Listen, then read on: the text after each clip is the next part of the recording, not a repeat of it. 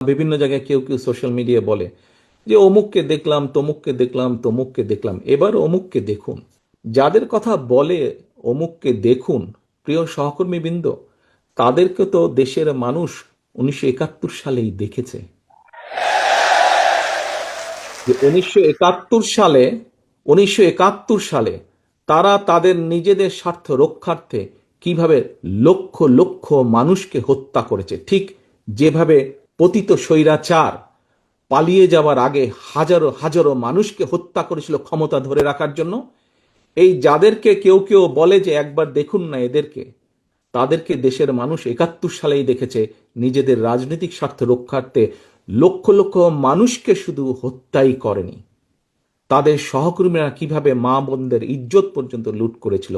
এই কথাটি আমাদেরকে মনে রাখতে হবে। এখন প্রিয় ভাই বোনেরা, কথা অনেক হয়েছে, কথা অনেক হয়েছে। আমাদের লক্ষ্য একটাই, আমাদের উদ্দেশ্য একটাই, কি? দেশকে আমাদের গড়তে হবে। এই দেশকে শহীদ জিয়া গড়েছেন। দেশ স্বাধীনের পরে যখন এই দেশে দুর্ভিক্ষ হয়েছে, শহীদ জিয়া যখন দেশ পরিচালনার দায়িত্ব পেয়েছিলেন, এই দুর্ভিক্ষ কবলিত দেশকে উনি খাদ্য রফতানির দেশে পরিণত করেছিলেন।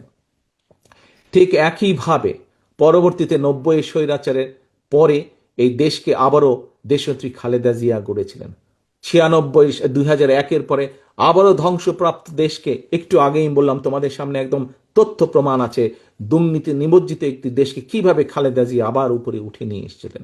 প্রিয় সহকর্মীবৃন্দ, অনেক আলাপ হয়েছে, অনেক তর্ক বিতর্ক হয়েছে, তবে সবচাইতে বেশি প্রয়োজন মানুষের ভাগ্যের পরিবর্তন।